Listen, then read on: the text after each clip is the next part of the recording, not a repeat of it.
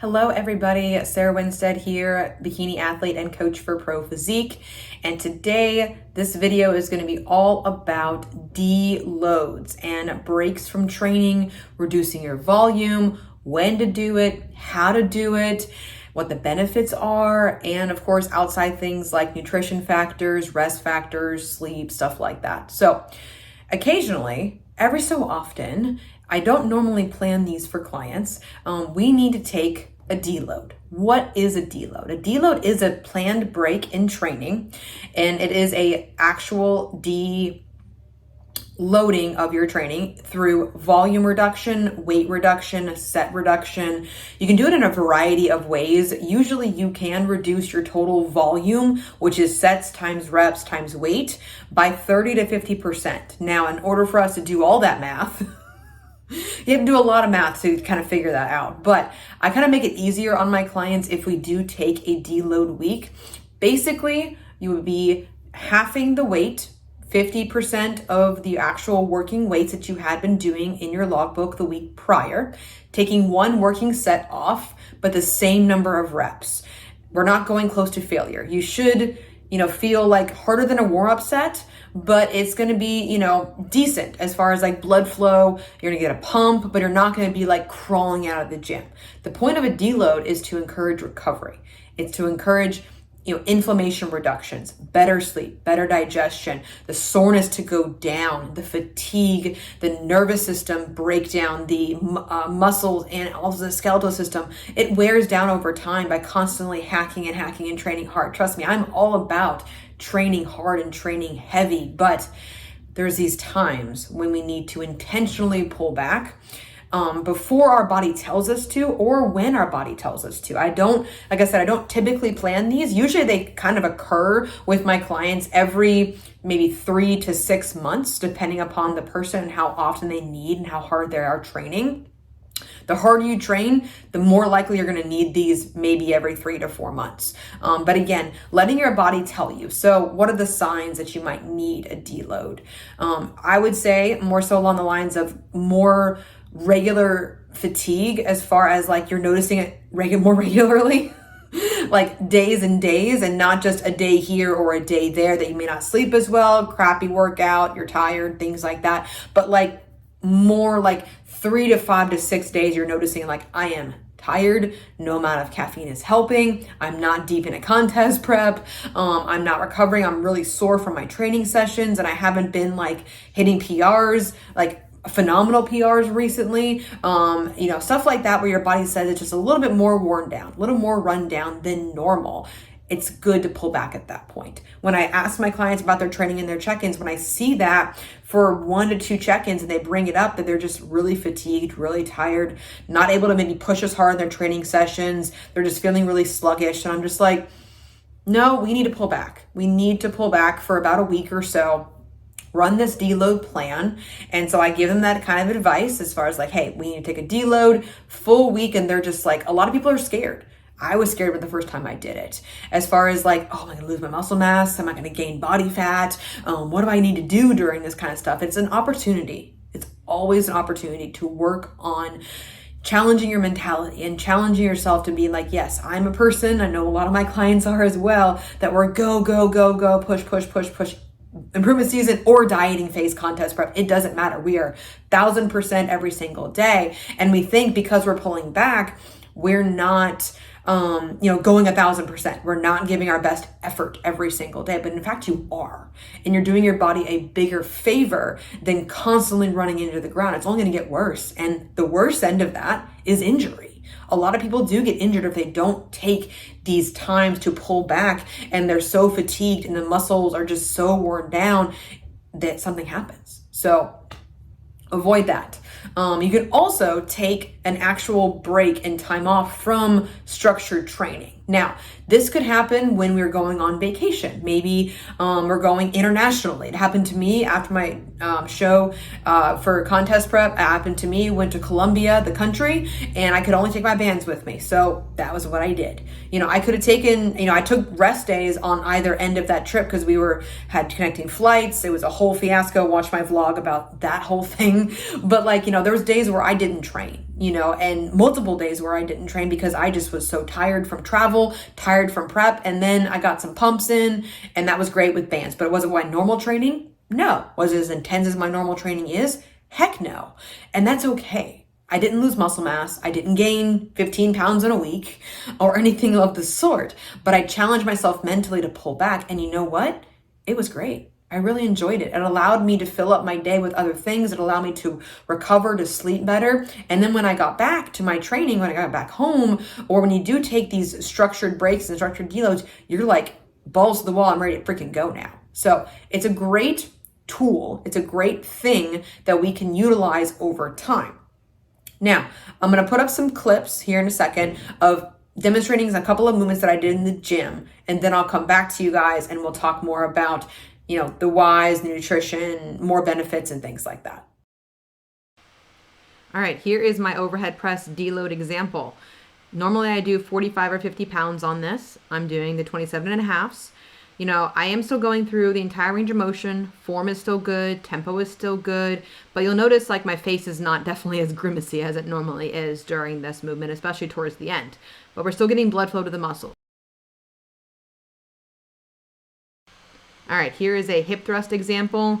Normally I'll do pause hip thrust a little bit heavier than this, but for my deload week, we're just doing the full range of motion, still focusing on form, squeeze, blood flow to my glutes, not incorporating the pause this week, but enjoying the reps, enjoying the rest, and encouraging that recovery, but still not rushing through this either. When you go a little bit lighter, I feel like sometimes for a deload, people may just like rush the movement and not still focus on that mind-muscle connection.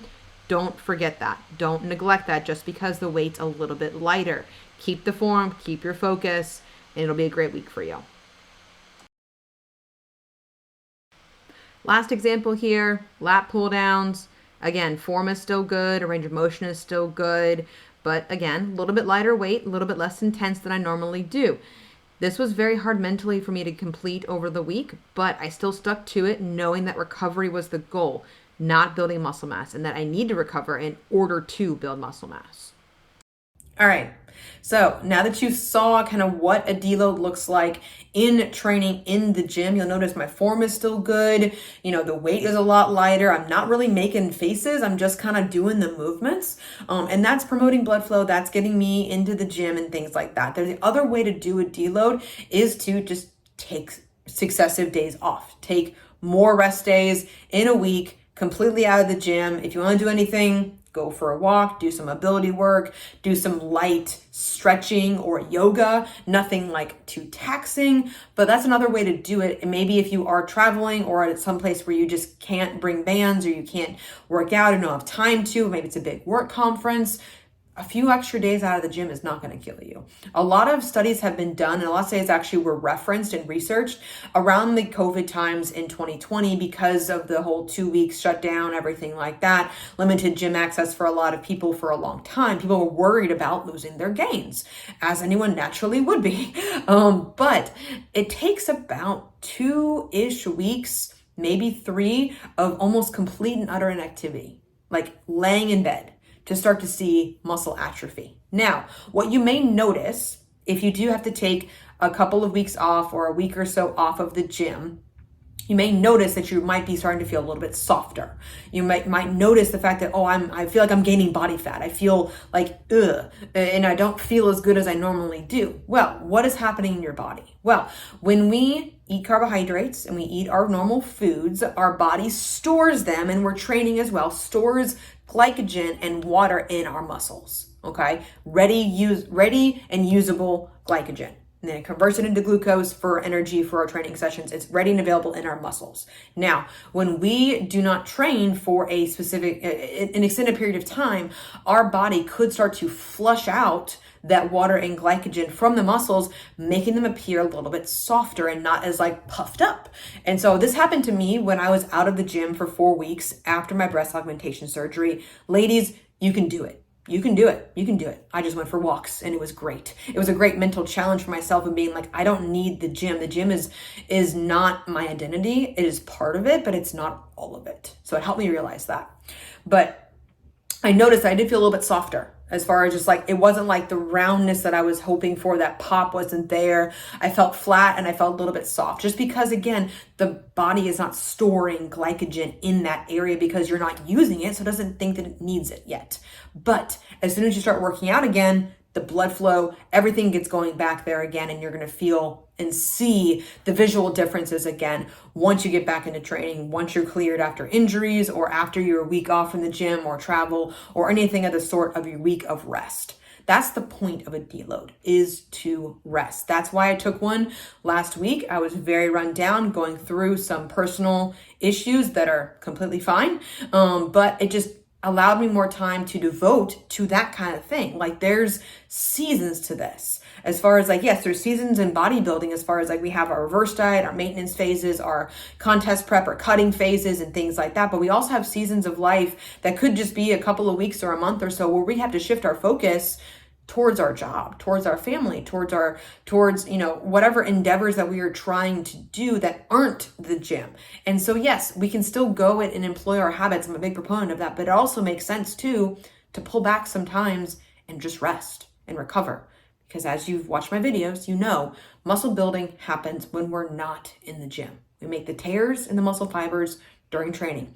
It takes time and food and rest and recovery and not a lot of stress to help those muscles build back better. And honestly, when I took my deload last week, I felt my butt and I was like, it's getting bigger. Like, it feels like, not like inflamed, but it feels like better, like more muscular. It was weird. It was weird. And so I'm going to measure it tomorrow, but it's interesting when you challenge your mindset like that of just actually resting and giving your body the break. You know, I myself had to hire a coach to tell me to take my first rest day. I used to be team no rest day way back when, and like before, you know, my first show in 2014, 2013, that time frame when the science was not as good as it is now, I was team no rest day and I wasn't seeing progress. And so if that helps you embrace that mentally a little bit better, as far as like, it's just an extended period of rest days or limited volume and lighter volume to where maybe you can focus more on form. Maybe you can get out of the gym a little bit quicker and get home and get some extra work done, or spend some more time with your family, get a better night's sleep. You know, you can figure out ways to like figure out what to do at that time. And that's totally okay. So I think that just about covers everything. I've talked about what it is. It's a planned, intentional break. It can be planned or it can be just intentional in a reaction to your training situation. It could be towards like, you know, we have travel coming up, or it could just be your body run down, want to prevent injury. Could be end of a training block for some people as well that do train in like, you know, 10, 12, 14, 16 week increments. They train and they plan it there. And so that's what it is. And reduction of volume done either by lessening the weight, lessening the sets, actually doing your math and reducing the total volume that you're actually doing for about a week or so. If you need more, if you are like sick, obviously don't go to the gym. Be cautious with yourself about that kind of stuff when it needs to be, when extended rest days needs to happen. Taking full time away at the gym is another way to recover and deload yourself, basically by just not going at all. But you can still fill up that time if you want to sleep a little bit more, do some stretching, focus on mobility work, because Lord knows I haven't done that. Did it for the first time yesterday.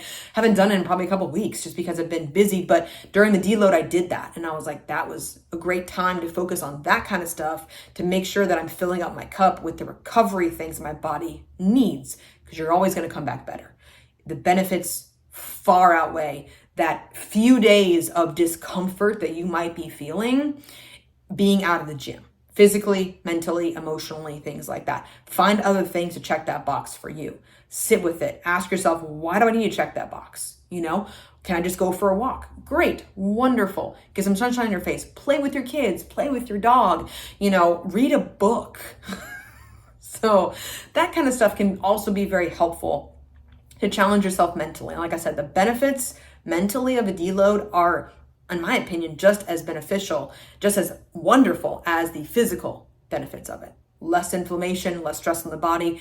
I ended it, and my first day back training was this past Saturday, and I was like, let's freaking go. The fire was lit. I was ready to go. I wasn't quite back up to my weights. It took like a transition day back for lower body and upper body. And then, so that was Saturday, and then yesterday, And then today I was just like, let's freaking go. So I was at my old weights. I was training with vigor. I had good recovery and I feel great. So do it. If you're watching this video and you haven't taken one and you can't remember the last time you took one and you're feeling run down, you're feeling like you're under recovered, you're feeling fatigued, you're feeling sore, this is your wake up call. Take it. Last point, nutrition. So do you drop your food?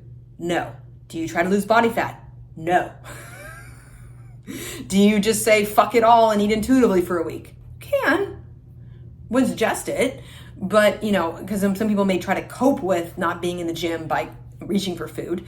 But I would say eat at your normal calories. Eat your normal foods. Your body still needs the fuel to recover. Don't drop it. Don't drop the calories. Don't think just because I'm not in the gym. Like you have the same food on rest days that you do on training days. Why would that change just because you're deloading? Why would that change if you're taking an extended few rest days beyond your normal couple that you take per week? Why would that need to change? It doesn't. So don't change it. All right. That takes care of it for me for this video. Hope you guys found this video helpful. Let me know what questions you may be having and what other videos and topics you want me to cover. But if not, I'll catch you guys in the next video. Thanks.